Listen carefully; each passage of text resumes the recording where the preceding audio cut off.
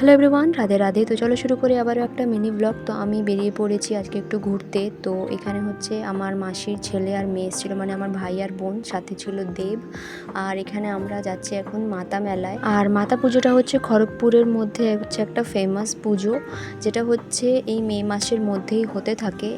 আর এখানে এত সুন্দর করে লাইটিং দিয়ে সাজায়, এত ভালো লাগে দেখতে।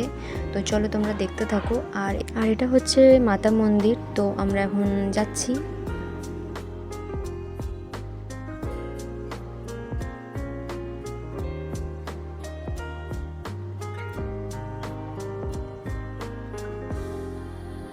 আর এখানে হচ্ছে আমরা মাতা মেলায় এই যে ঢুকে পড়েছি।